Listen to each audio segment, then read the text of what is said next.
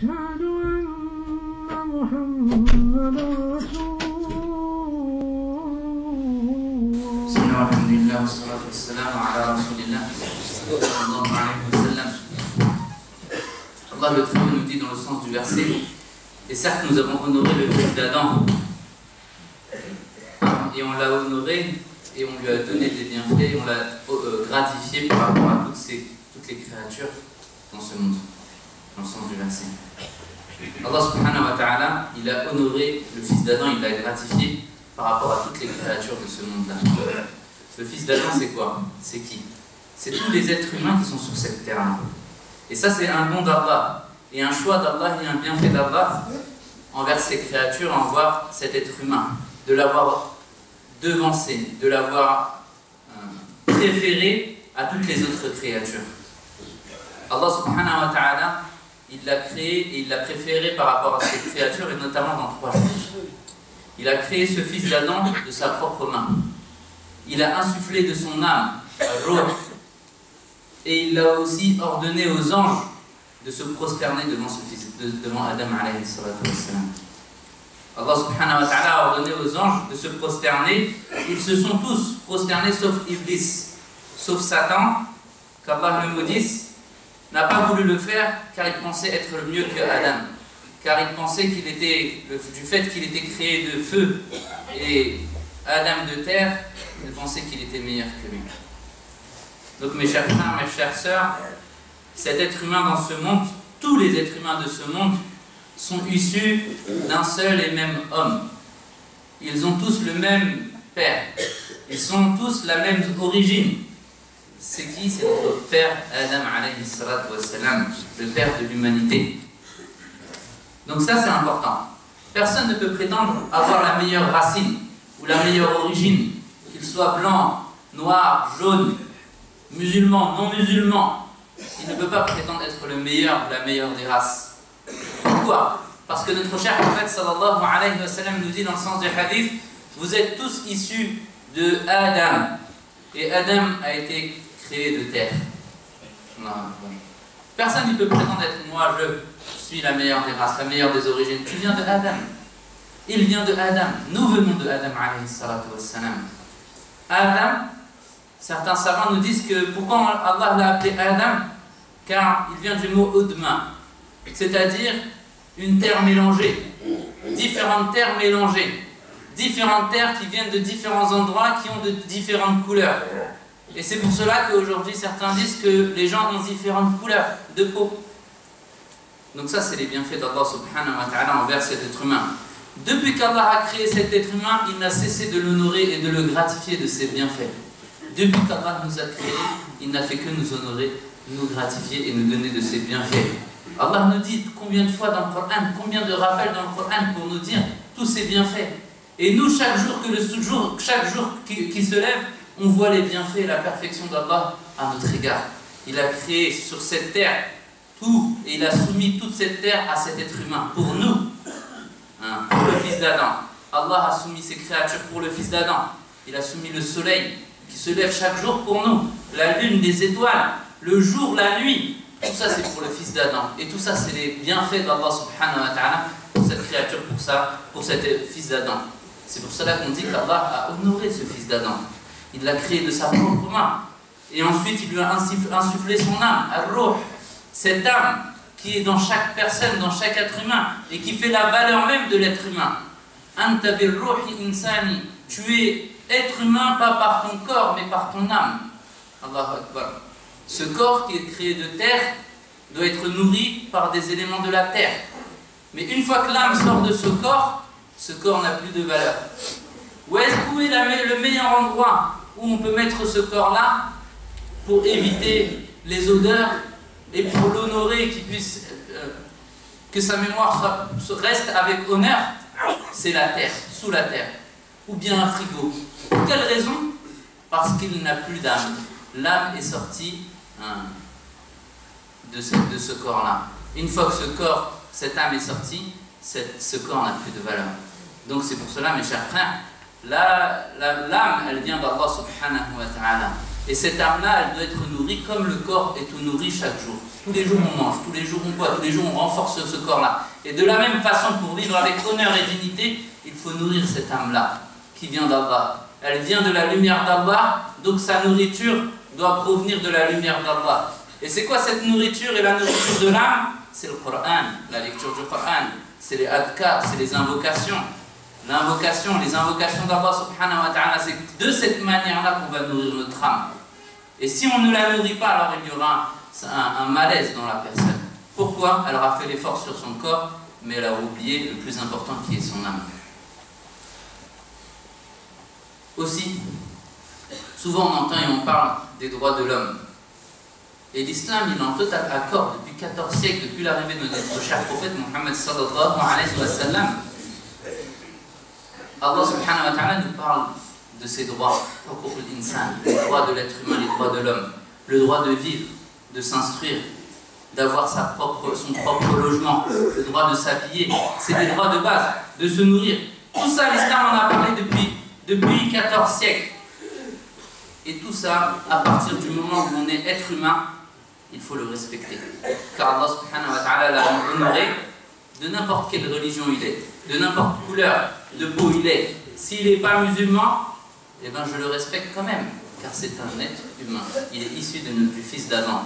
Et beaucoup de versets, Allah subhanahu wa ta'ala, il parle de l'être humain dans le Coran, où il parle de l'insan. L'insan en arabe, c'est l'être humain. Allah nous dit, par le temps, l'être humain court à sa perte. Ensuite, qu'est-ce qu'il dit? Sauf celui qui croit et fait des bonnes actions, et sauf ceux qui croient et qui font des bonnes actions, et qui se sont entraînés mutuellement à la vérité et qui se sont entraînés mutuellement à la patience. L'être humain, il est ingrat. Allah, quand il parle de l'être humain, il parle en général de ses défauts. Ensuite, il montre le chemin droit, sauf ceux. L'être humain est ingrat, sauf ceux. L'être humain, il court à sa perte, sauf ceux. Et il nous indique le chemin qu'on doit respecter, le chemin qu'on doit arriver.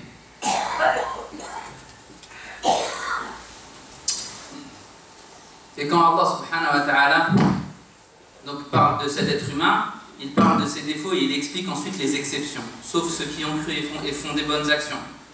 Donc mes chers frères, mes chères sœurs, ce qu'il faut retenir, c'est que l'islam, il est venu pour apporter la liberté à la personne. La liberté de vivre, la liberté de conscience, la liberté religieuse, la liberté de choisir. Personne ne peut imposer à une autre personne sa façon de croire, ses croyances. Personne ne peut l'imposer. La personne qui pense que celui qui ne dit pas la ilaha Muhammad Rasulullah, il doit être tué, il est dans l'erreur. L'islam, il n'a jamais imposé à une personne une religion ou une croyance. Bien au contraire, l'islam te laisse choisir. Si tu veux être musulman, alors crois en Allah, renie toutes les autres divinités. Mais si tu ne le souhaites pas, tu veux croire en autre divinité, en des statues ou en autre croyance, tu es libre, mon frère ou ma soeur. Chacun est libre, mais il aura une responsabilité devant Allah. Le jour où il va le rencontrer. Combien de versets? Verset du Coran. Là, Allah il nous dit, nulle contrainte en religion. Nulle contrainte en religion. Est-ce que tu vas imposer, forcer les gens à croire, à devenir musulmans? Ensuite Allah nous dit, tu ne sers qu'un rappeleur, tu es là pour rappeler les gens, et les gens sont libres de choisir. Voilà le vrai modèle de l'islam. Voilà ce qui doit être appliqué et qui doit courir dans toute notre vie.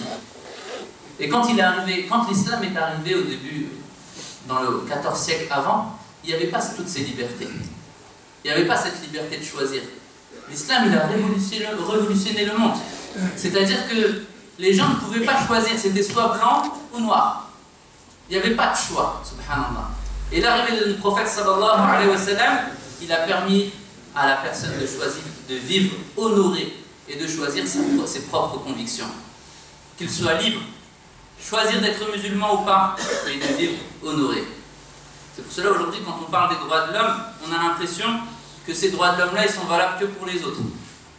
C'est-à-dire que quand un musulman, ou quand des musulmans par exemple, choisissent ou gagnent par exemple des élections dans un pays musulman, à ce moment-là, la démocratie, ça ne marche pas pour eux.